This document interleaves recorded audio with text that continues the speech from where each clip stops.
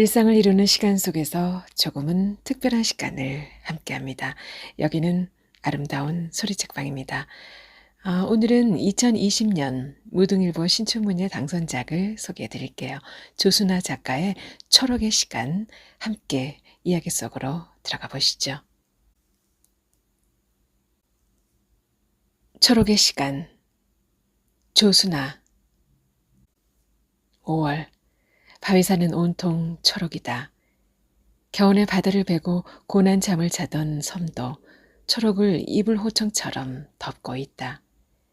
오그러들면서 바빠진 바람은 소나무를 흔들고 밤나무를 흔들더니 풀꽃 사이를 비비고 지나간다. 그의 눈에 비치는 섬은 금방이라도 바다를 향해 뛰어들 듯이 꿈틀댔다. 좁고 깊은 협곡을 부드럽게 만들어 놓은 초록은 발을 헛디디는 순간 이승에서 사라지게 할 깊은 늪처럼 보였다. 몇 해 전 아내를 질컥한 땅에 묻고 나선 더더욱 그랬다. 음, 음, 어디 나갔나? 그는 헛기침을 줄기차게 해대며 가슴을 탁탁 두들겼다. 오른손에 단장을 꼭 움켜쥐고 뒤꿈치는 한껏 세웠다. 흐릿한 눈으로 2층과 마당, 뚝을 촘촘히 훑었다. 뚝 위에 뭔가 움직였다. 그의 눈이 망원경 렌즈를 맞추듯 가늘어졌다가 커졌다. 뚝 위를 뛰어다니는 것은 개들이었다. 한 마리는 갈색 털에 똥 깨고 다른 한 마리는 우리 도베르만이었다. 도망치듯 똥개가 쟁걸음으로 달아나자 도베르만이 따라가며 개의 엉덩이를 핥았다. 개가 고개를 돌려 으르렁거리면 도베르만은 도망치듯 뒤로 물러났다가 다시금 쫓아갔다. 동네 건달처럼 아무 잡종이나 건드는 녀석을 보니 그는 숨겨놓았던 분노가 일어났다. 그가 녀석을 만난 건 1년 전이었다. 아들이 해외지사로 발령이 나서 집을 떠나고 난 뒤였다. 도베르만이래요. 경비견으로 훈련받아서 적대감이 많고 사납긴 한데 주인은 잘 따라서 집 지키는 개로선 최고래요. 육강까지 느껴지는 커다란 개였다. 몸 대부분은 윤기나는 검은 털로 덮여 있었고 눈 위, 주둥이, 앞가슴과 네 다리는 갈색 털이었다. 균형 있게 섞인 털은 도베르만의 육중함에 우아함을 더해 주었다. 그를 보자마자 도베르만은 꼬리를 빳빳하게 치켜 세웠다. 코온자리에 주름을 잔뜩 잡았다. 이를 하얗게 드러내고는 그에게서 며느리를 지켜내려는 듯 으르렁 거렸다. 그는 단장에 기댄 몸을 어정쩡하게 빼면서 뒷걸음쳤다. 뒤로 물러난 거리만큼 도베르만이 다가섰다. 곧바로 달려들어 그를 물어뜯을 기세였다. 그만 앉아. 며느리는 자신만이 녀석의 주인인 것처럼 도베르만의 목줄을 잡아당겼다. 아니, 뭔 놈의 개가 그리 크다니? 그가 자신의 오른쪽 다리를 힐끗 쳐다보다가 도베르만의 몸을 훑어보았다. 뒷발 근육이 유난히 발달했고 종아리는 다부진 게 힘이 있어 보였다. 뒷다리 사이에 성기만 보아서도 건장하고 근사하기까지 한 순놈이었다. 그는 왠지 도베르만에게 며느리를 뺏길 것 같아 두려웠다. 한편으로는 멋진 몸을 가진 젊은 남자를 보았을 때처럼 부러움과 질투도 느꼈다. 군살도 없고 다부진 게 혈기왕성한 사내놈 같구나. 그는 며느리를 향해 웃으면서 쭈글쭈글한 손으로 도베르만의 목덜미를 쓰다듬었다. 순간 도베르만이 그에게 달려들었다. 그는 뒤로 물러나며 중심을 잡기 위해 뒤뚱거렸다. 도베르만을 말려주기를 바라는 간절한 눈빛으로 며느리를 쳐다보았다. 도베르만, 안 돼. 며느리가 황급히 목줄을 잡아당겼다. 착하지? 그만 앉아. 며느리가 녀석의 목덜미를 쓰다듬으며 간절함을 태웠다.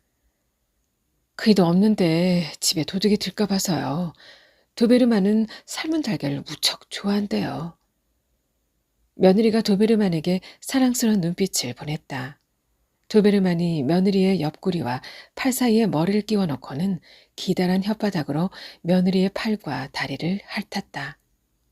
사랑하는 남자의 손장난에 간지럼을 타는 듯 며느리가 간드러지게 깔깔댔다.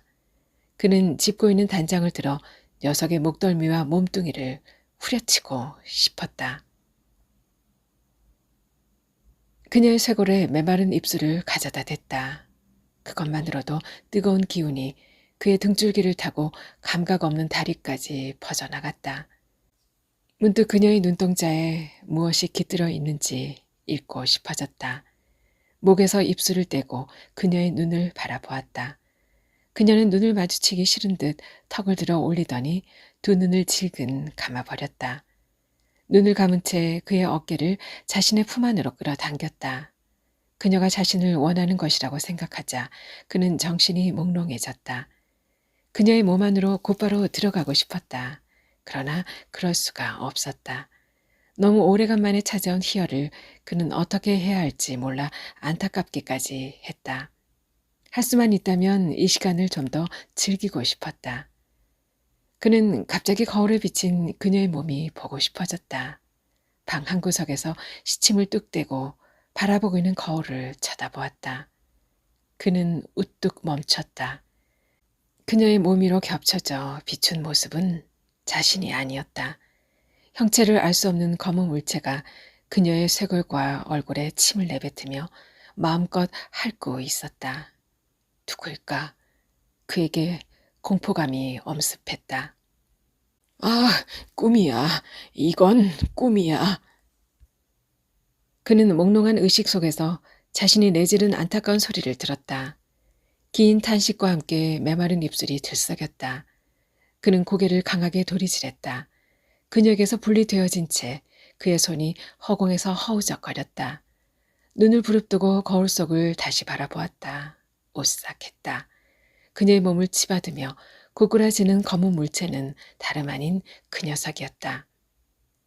잠들어 있는 그의 얼굴을 햇빛이 진득하게 핥았다. 헛꿈을 꾼 탓인지 땀으로 질척해진 이마가 일그러졌다. 힘겹게 눈을 떠 사방을 한참 둘러보았다. 창문에 반쯤 걸쳐있는 햇빛이 보였다. 아침인지 오후인지 가늠이 되지 않았다. 그는 가끔 때를 분간하지 못했다. 아니 요즘 들어 부쩍 시간을 자주 잊어버렸다. 약에 취해 송장처럼 자고 일어나면 특히 그랬다. 어디론가 떠돌고 있는 듯 어지러웠다. 몽롱함에 몸이 붕 떠있는 것 같았다. 좀 더 참아볼걸. 진통제를 너무 과하게 먹었나 보네. 진통이 사그라지면 아팠던 걸 금세 잊어버리고 늘 이렇게 중얼거렸다. 유난히 각진 그의 턱에는 3차 신경통이 자리하고 있었다. 자리하고 있는 것인지 아닌지 그 역시 확실히 모른다. 의사가 그렇게 말했으니까 그렇게 알고 있을 뿐이었다. 그는 그 말도 신빙성이 없게 생각되었다. 그도 그럴 것이 CT와 MRI를 한답시고 늙은 그를 하루 반나절을 굶겨 검사를 해놓고는 3차 신경통이라는 시답지 않은 병명을 내놓았기 때문이었다. 3차 신경은 얼굴 감각을 뇌로 전하고 씹는 데 사용하는 근육을 지배하는 신경입니다. 이 신경이 손상되면 3차 신경통이 생기는데요. 대부분 얼굴 한쪽의 입술과 그러나 3차 신경통은 눈으로 확인할 수 있는 것이 아니었다. 엑스레이 사진과 피검사에서는 아무런 모습을 드러내지 않았다. 그는 기대했다. 형태를 갖춘 시커먼 암덩어리가 있기를 아니면 몇 달밖에 못 살 거라는 선고와도 같은 오염된 피가 자신의 몸 여러 곳에 돌고 있기를 말이다. 몸 어딘가에서 형태를 알아볼 수 있는 그런 암덩어리가 떡하니 나와 주었다면 그는 정말 기뻤을 것이다. 그랬다면 살아있는 동안만이라도 사람들에게 특히 며느리에게 더 많은 관심을 받을 수 있을 것이었다. 그놈은 누구도 알아주지 않는 통증만 주었을 뿐이었다. 고약하게 누구도 인정해주지 않는 늙은이의 욕망 같은 고통이었다. 의사는 통증을 잡는 치료 방법으로 2가지를 제시했다. 통증이 있을 때마다 진통제를 드시면서 통증을 달래는 방법하고 턱으로 가는 신경을 수술로 차단하는 방법이 있습니다. 제 생각으로는 연세가 많으시니까 수술보다는 약으로 통증을 진정시키는 게 좋을 것 같습니다.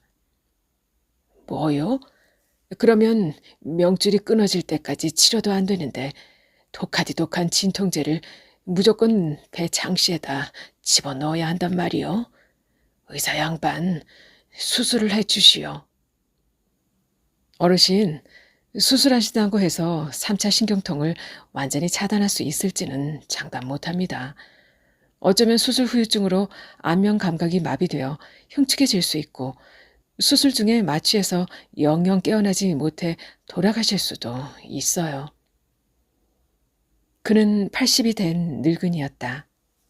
무엇을 선택할 수 있단 말인가? 안면이 마비되어 음식물을 질질 흘리는 것이 두렵겠는가? 수술 중에 그대로 이승문턱을 넘을 수 있다는 말이 무섭겠는가? 아니었다. 그가 두려워하고 무서워하는 것이 있다면 단 한 가지였다. 그건 사람들의 무관심이었다. 살점을 떼어내든 뼈를 잘라내든 어떻게든지 수술해 주시오. 죽는 것도 병신되는 것도 지금보다 나을 것이 없으니 제발 통증만 떼어 주시오. 두개골을 가르고 턱으로 가는 신경을 차단하는 수술을 받았다.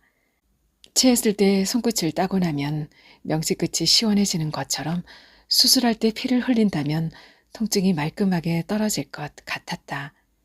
머리를 가르게 되면 적어도 의사가 어딘가에 숨어있는 통증을 쉽게 찾아내서 톡 떼어내 줄 줄 알았다. 그의 명줄은 통증만큼이나 질겼다. 통증이 명줄만큼 긴 것인지도 몰랐다. 통증과 명줄이 도베르만과 그처럼 팽팽히 줄다리기를 하고 있는 것 같았다.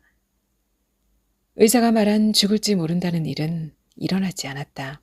대신 몇 달에 한 번씩 찾아왔던 통증이 수술을 한 후에는 일주일에 한 번씩 찾아왔다.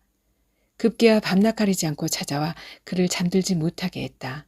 어쩌면 의사는 턱으로 가는 3차 신경통줄을 끊어놓은 게 아니라 멀쩡한 신경줄을 끌어다가 3차 신경통줄에 연결해 놓은 것 같았다. 수술한 후 오른쪽 다리에 마비까지 와 그는 다리를 의족처럼 끌고 다녀야 했다. 그는 며느리를 더 귀찮게 하는 지겨운 노인네가 되어 있었다. 누구에게도 동정받지 못했다. 어쩌다 안부를 묻는 친척과 이웃이 찾아와도 도통 반갑지 않았다. 죽어야 당연한데 멀쩡하게 살아있어 사람 귀찮게 한다는 듯한 그런 눈빛을 서로 교환하는 것 같아 간밤의 통증에 쩔쩔맸던 이야기를 꺼내놓을 수 없었다.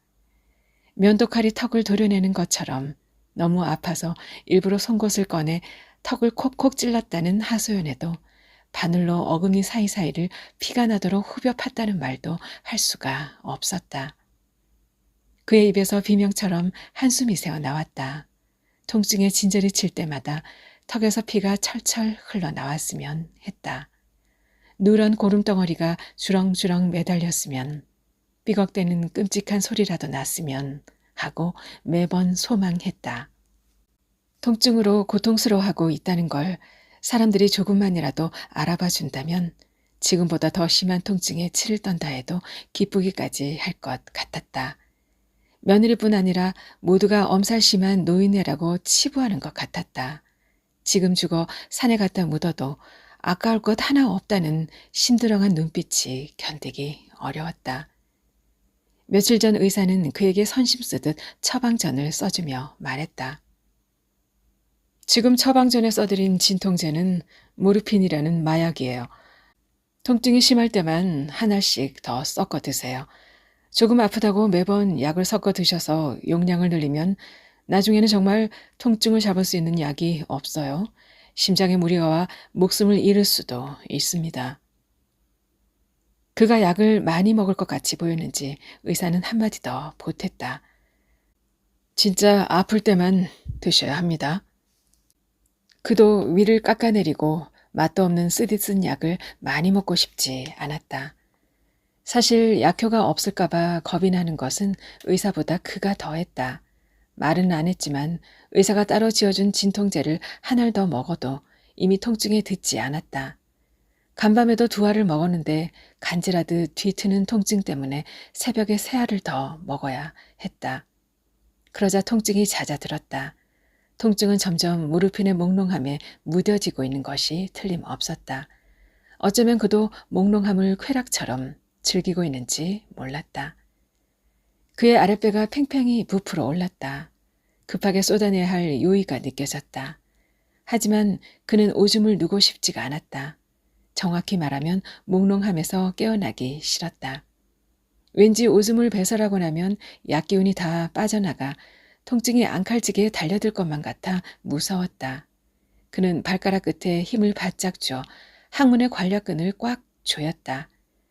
봇물 터지듯 밀려 나오려는 요의가 잠시 주춤했다. 쾌감이 스멀스멀 방광을 지나 마비된 다리로 내려가는 것 같았다. 이승의 문턱을 넘는 순간이 이런 쾌감이라면 지금 명줄을 놓는다 해도 좋을 것 같았다. 그는 죽음을 생각할 때마다 고통에 몸부림치던 아내가 떠올랐다. 고통에서 빨리 해방되기를 바랐던 아내 왼손에는 염주가, 늘어쳐진 목에는 십자가가 부적처럼 걸려 있었다. 그 후에도 아내는 많은 신들을 찾아 매일 울부짖었다. 하지만 숨 끝을 놓던 순간 애타게 찾은 것은 그의 손이었다. 한 올의 거웃도 남아있지 않은 아랫도리에 그의 손을 잡아 끌면서 부드럽게 쓰다듬어 달라고 했다. 아! 아내가 몽롱한 눈으로 거친 신음을 내질렀다. 그는 너무 놀라 아내를 밀쳐낼 뻔했다. 돈만 있으면 육지에 나가 안을 수 있었던 여자들에게 들을 수 있었던 교성 소리였다. 언제부터인지 모르지만 한 집에 살고도 아내는 거실, 자신은 안방에 기거했다. 가끔은 거실로 나가 곁에 자려고 하면 아내는 동네 건달 보듯이 혐오스러운 표정을 지으며 그를 거칠게 밀쳐냈다. 거의 남이나 다름없이 살아온 세월 앞에 늙은 아내가 잡아 끄는 손길이 죽음 앞에서의 무서움이었는지 살아온 세월에 대한 외로움이었는지 그는 알 수 없었다. 얇은 피부만 겨우 덮고 있는 아내 아랫도리를 그는 조심스레 쓰다듬었다. 아! 아내 입에서 다시 신음이 새 나왔다. 서로 사랑한다고 믿는 사람 앞에서나 부끄러움 없이 낼 수 있는 가장 안정적이고 높은 신음소리였다. 아내의 숨소리가 이내 잦아들더니 서서히 멈췄다. 그가 자신만의 남자였음을 확인하고 싶었을까? 아니면 평생을 다른 여자들에게 정신이 팔렸던 그에게 마지막 경고를 했던 것인가? 컹컹, 컹컹. 낯익은 소리였다. 그는 안도의 숨을 내뱉었다. 가까스로 며느리를 기다리다 잠들었다는 것을 기억해냈다. 대문 열리는 소리가 들렸다. 그가 단장을 짚고 자리에서 일어나 창가에 섰다. 밖에는 아무도 없었다. 어느새 나갔는지 녀석의 집은 비어 있었다. 꺽, 꺽. 그는 억지로 신트림을 개원했다. 속이 답답하고 울렁거렸다. 오전 내내 손끝을 따달라고 헛기침으로 며느리를 불렀지만 아무 기척이 없었다. 가슴을 탁탁 두들겼다. 오목가슴 밑이 쓰라렸다. 아랫배의 옅은 통증까지 느껴졌다. 이런 통증쯤이야 턱의 통증에 비하면 아무것도 아니었지만 울컥 서러움이 밀려왔다. 그는 힘없이 방으로 들어왔다. 언제 다녀가는지 화장대 위에 삶은 계란이 보였다. 어젯밤 바삐 나가려던 며느리를 향해 그는 외쳤다. 아가, 찐달걀이 먹고 싶구나. 정말 달걀이 먹고 싶어서 그런 건 아니었다. 소화도 잘 안 되신다고 하루에도 몇 번씩 손을 따달라 그러시면서 무슨 찐달걀이 드시고 싶다 그러세요. 아이 혼자 놔두고 1, 2층을 오르내리는 일이 얼마나 불안한지 아세요? 그의 눈이 기대감에 빛났다. 아가, 공단에 일하러 오는 객지 사람들이 방을 구한다더라. 많은 방을 놀리면 뭐하겠냐. 2층은 새 내놓고 1층으로 내려와 나랑 같이 지내자구나. 내가 맘대로 2층으로 올라다니면 좋겠다만 그것도 쉬운 일이 아니라서 말이다. 그가 오른쪽 다리를 툭툭 치며 며느리를 향해 웃었다. 며느리가 눈을 내리깔았다. 1층으로 내려올 생각이 없는 것 같았다. 그가 처음 손을 따달라고 한 것은 며느리를 자주 보고 싶어서였다.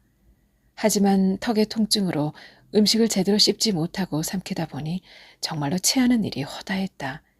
신트름의 가슴이 묵직해서 견딜 수 없는 날이 많아졌다. 며느리를 볼 수 없으면 더 심해졌다. 식사하고 곧바로 누워 계시니까 소화가 안 되는 거잖아요. 누워만 계시지 말고 운동도 하고 그러세요.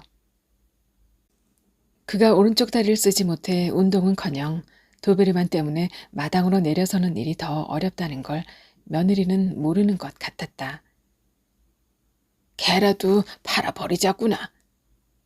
며느리의 눈치를 살피며 말했다. 마당은 온통 녀석의 공간이었다. 녀석은 한 곳에 처박혀 있지도 않았다. 남봉꾼처럼 어슬렁어슬렁 온 마당을 싸돌아 다녔다. 어떤 날은 며느리가 있는 2층에까지 올라와서는 뒤뚱거리며 마당으로 내려서려는 그를 비웃듯이 내려다보며 콧잔등을 찡그렸다. 개새끼 주제에 눈을 내리깔고 사람을 쳐다보는 것이 그의 비위를 여간 상하게 하는 것이 아니었다. 그뿐만이 아니었다. 어제는 유리창에 기대어 있는 그를 발견하고는 그가 있는 쪽으로 건들건들 다가왔다. 이곳으로 절대 내려오지 말라고 영역을 표시하듯이 다리를 쩍 들어 빳빳하게 선 물건을 자랑스럽게 드러내놓고 오줌을 시원스럽게 싹 갈겼다. 요즘 도둑들이 얼마나 많은데 자꾸 도베르만을 팔자고 그러세요. 며느리가 눈을 동그랗게 뜨며 말했다. 나는 녀석이 내게 달려들 것 같아 어찌 무섭기만 하다. 도베르만이 얼마나 순한데 그러세요. 괜히 겁먹는 거예요. 줄이라도 걸어 기둥에 묶어놓으면 어떻겠냐? 그러면 내가 수월하게 2층으로 올라갈 수 있으니 내가 번거롭게 1, 2층으로 오르내리지 않아도 되고 말이다. 묶어놓다 도둑이라도 들면 어떻게 해요. 며칠 전 뒷집에 도둑이 들었다는데. 며느리가 서둘러 방을 나가려고 했다. 아가, 속이 답답해 죽겠구나. 손 좀 따주렴. 아버님, 앞으로 속이 불편하실 때는 손가락 따지 마시고 소화제를 드세요. 벌써 3병이나 먹었는데 내려갈 기미가 없다. 바늘로 손가락을 깊숙이 쑤셔봐라. 그래야 속이 시원해지고 얹힌 것이 한꺼번에 쑥 내려갈 것 같다. 지금도 뼈에 닿을 것 같은데 어떻게 더 깊게 찔러요? 생각만으로 소름이 끼친다는 듯이 이마를 찡그렸다. 며느리는 이내 체념한 듯 경대 서랍에서 실과 바늘을 꺼내놓고 그의 등 뒤로 앉았다. 며느리의 손이 그의 등뼈를 하나씩 누르면서 천천히 허리께로 내려왔다. 다시금 등 위로 올라간 며느리의 손이 그의 양쪽 어깨를 툭툭 치고 팔을 쓸어내렸다. 그는 눈을 감고 부드럽게 움직이는 며느리의 손놀림을 느꼈다. 달콤한 꿈속에 있는 듯 한참 동안 기분이 멍해졌다. 옆구리가 짜릿해 움찔거렸다. 컥? 참아보고 할 겨를도 없이 신트림이 올라왔다. 좀 더 오랫동안 며느리의 손길을 느껴보고 싶은 그의 얼굴에 낭패감이 스쳤다. 며느리가 앞으로 다가와 앉아 그의 손가락을 하나씩 훑었다. 며느리의 손은 한없이 부드러웠다. 땀이 배어있어 미끌미끌하기까지 했다. 뼈에 구멍이 나도 괜찮으니까 깊이 쑤셔봐라. 이가 통증쯤은 별거 아니라는 듯 그가 어깨를 으쓱였다. 며느리는 별 망설임도 없이 바늘로 그의 손가락을 푹 찔렀다. 아! 그가 탄식처럼 신음소리를 뱉어냈다. 손끝이 따끔거리고 아팠지만 묘한 기운이 온 몸으로 퍼져나갔다. 며느리가 또 다른 손가락을 바늘로 깊게 쑤셨을 때 마비된 다리까지 간질거리는 것 같았다. 쾌감으로 정신이 몽롱해졌다. 그는 간만에 자신이 살아있음을 느꼈다. 얘야, 내 턱이 많이 붓지 않았냐? 어젯밤에 너무 아파서 한숨도 못 잤단다. 쉽게 알아볼 수 있게 벌겋게 부은 턱을 며느리 앞으로 쭉 내밀었다. 도베르만의 목덜미를 쓰다듬듯 부드럽게 쓰다듬어 주었으면 했다. 따뜻하고 근심 어린 눈빛을 보내준다면 어린아이처럼 더해가는 칭얼대는 조바심도 통증 앞에 부끄러움 없이 타협하고 마는 추한 집착들도 다 내려놓을 것 같았다. 어제 저도 아이가 밤새 칭얼거리는 통에 한숨도 못 잤어요. 그러고 보니 뽀송뽀송한 며느리 얼굴이 누렇게 들떠 있었다. 정말 매번 바늘로 손가락 찌르는 일도 보통 일이 아니에요. 앞으로는 아버님 혼자 따시면 안 돼요? 어머님은 혼자서도 잘 따셨잖아요. 언제부턴가 아내는 밥 먹고 나서 곧바로 또 잠자리 들기 전에 혼자서 손가락을 따곤 했다. 손가락 끝에서 검은 피를 꼭꼭 짜내면서 평상시 부끄러워하는 아내답지 않게 그의 앞에서 끄끄 신트름을 내리 댔다. 아이고, 이제서 속이 좀 시원하게 내려가는 것 같네. 약국에 가면 좋은 약이 많은데 사람이 미련하게 왜 생사를 찌르고 있어. 그런다고 체한곳이 내려가? 아내는 바늘로 깊게 찔러 따도 쑥 내려가지 않은 병이었다. 젊어서 그는 갯바닥에서 번 돈을 정신없이 육지 여자들에게 가져다 주었다. 돈이 바닥을 드러내기 전까진 서너 달씩 섬에 들어가지 않았다.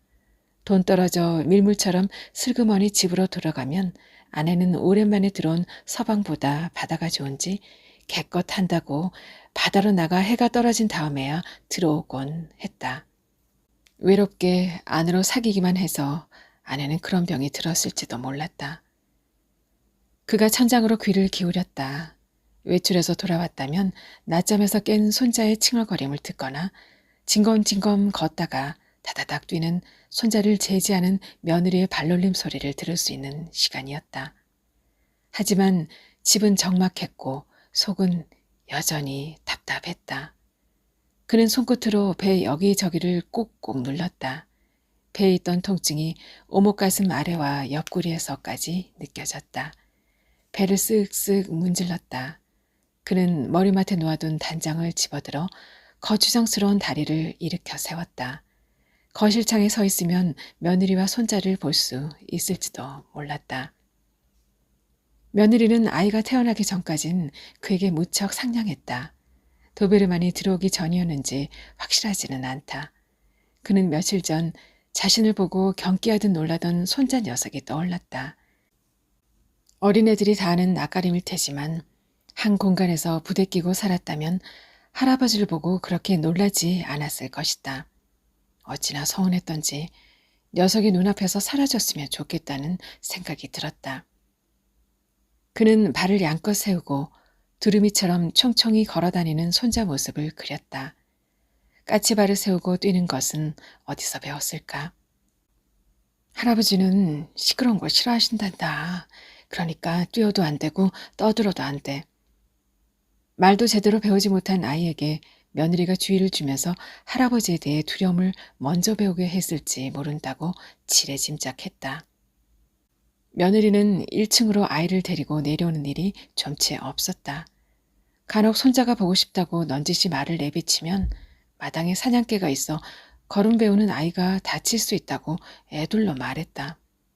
이제가 뛰기 좋아하는 손자에게도 건장함이 느껴지는 녀석에게도 그의 시샘은 매번 독화살처럼 팽팽히 당겨졌다.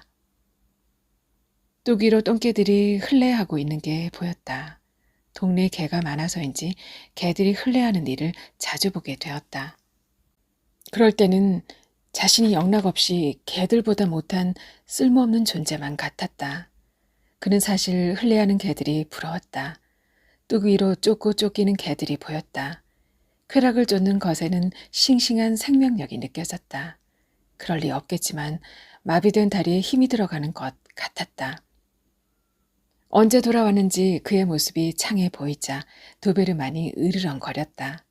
개에게까지 대접을 받지 못한 그는 살아있는 것 같지가 않았다.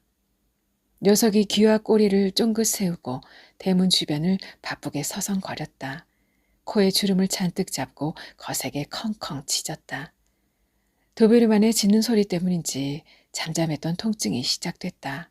그가 턱살을 한 움큼 잡아 꼬집어 비틀었다. 단장으로 턱뼈를 탁탁 올려쳤다. 통증은 쉽사리 수그러들지 않았다. 점점 더 사나워지는 것 같았다. 녀석이 턱을 물어뜯고 있는 것 같았다. 그가 비틀거리며 방으로 들어갔다. 진통제 몇 알을 입에 넣고 침과 함께 꿀꺽 삼켰다. 도베르만이 더 거세게 짖었다. 녀석과 통증이 누가 더 사나운지 겨루고 있는 것 같았다. 저 육실할 놈. 턱과 입술을 움직일 수 없었다. 고통스럽게 신음하며 그가 이를 갈았다.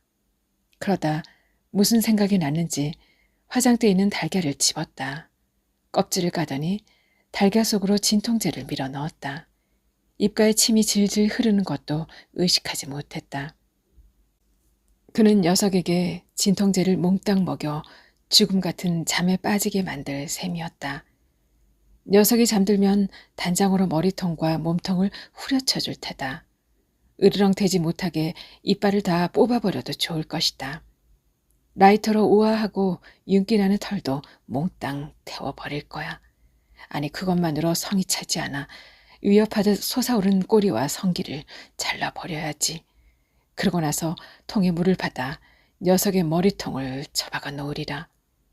날카로운 이빨도 없고 근사한 성기와 윤기나는 털이 없다면 며느리는 더 이상 녀석에게 관심을 주지 않을 것이다.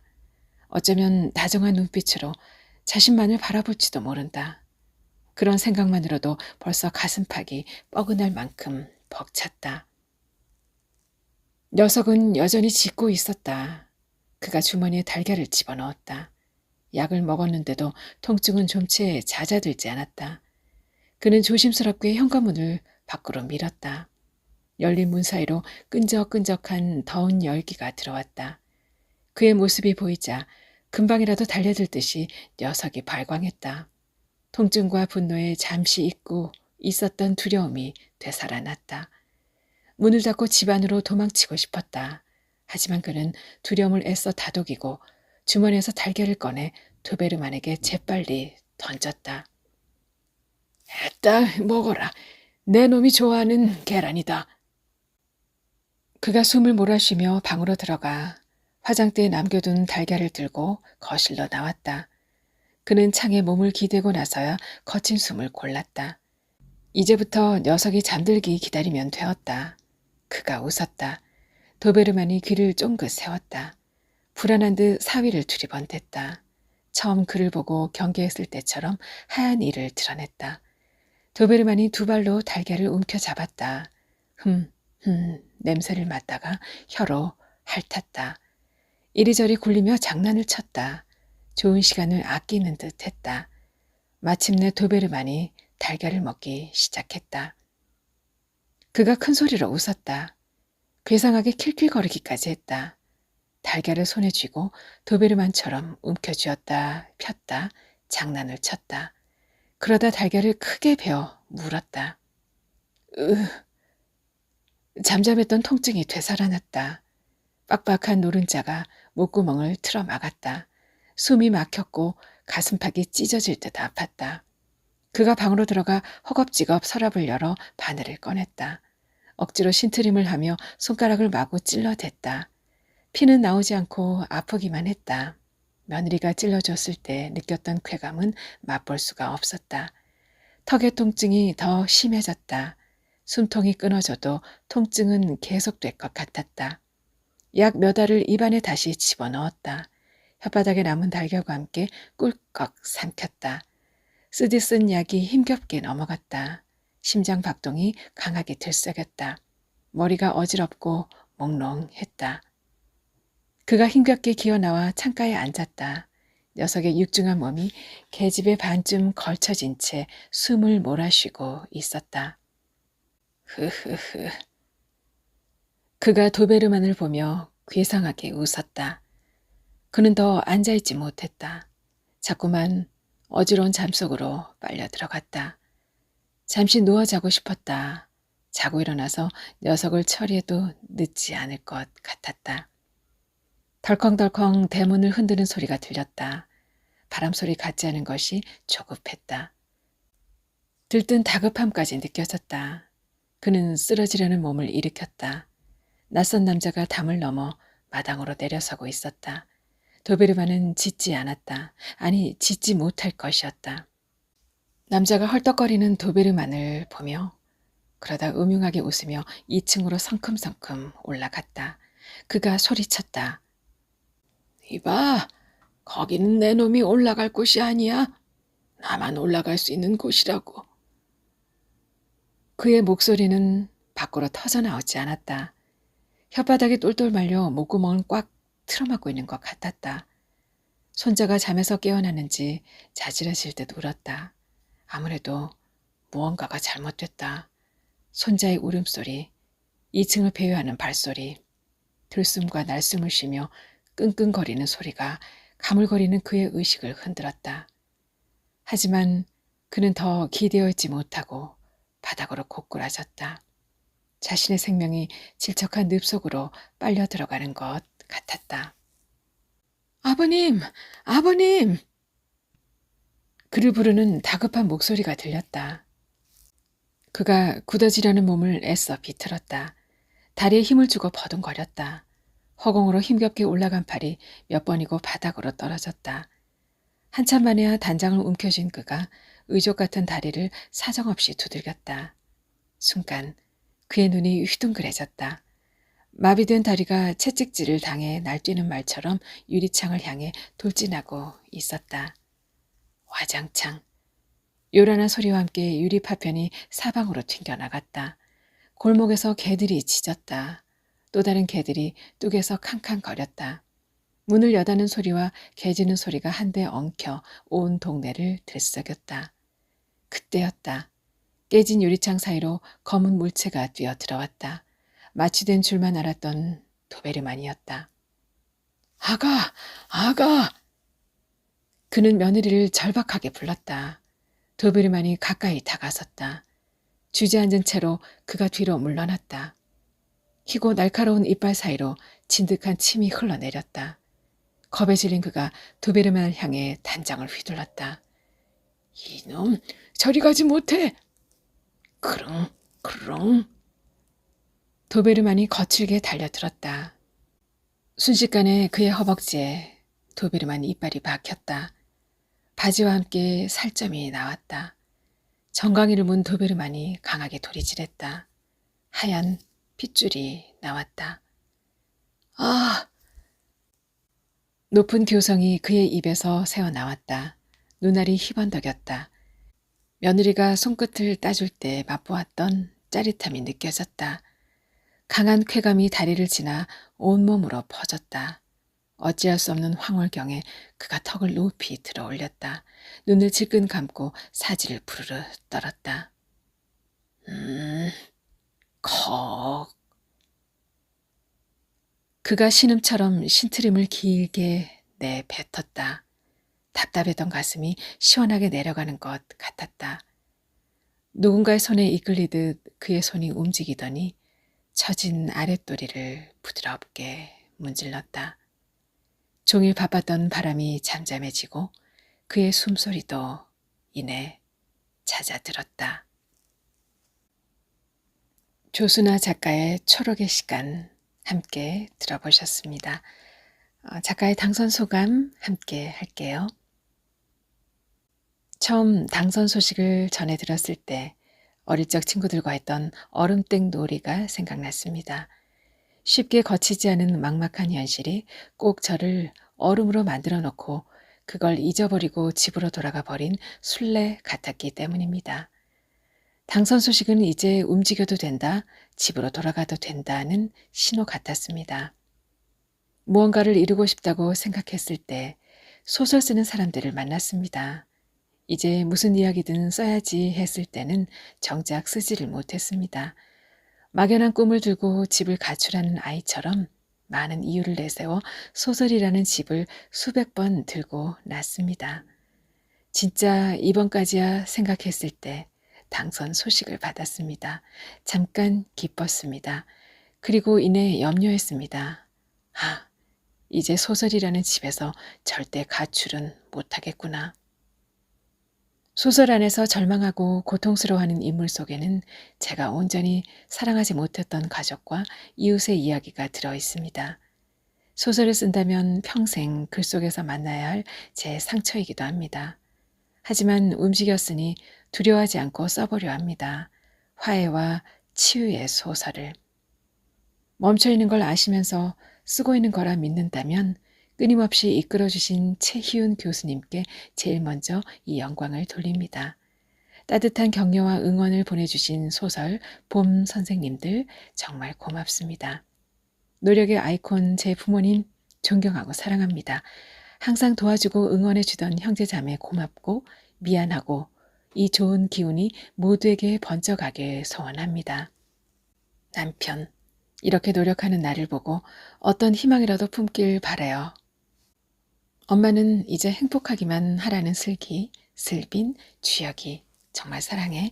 그리고 오랫동안 내 변덕을 지켜봐주고 힘이 돼준 친구들, 나한테서 가출하지 않고 지금 이 기쁨을 함께 나눌 수 있게 해줘서 진심 고마워.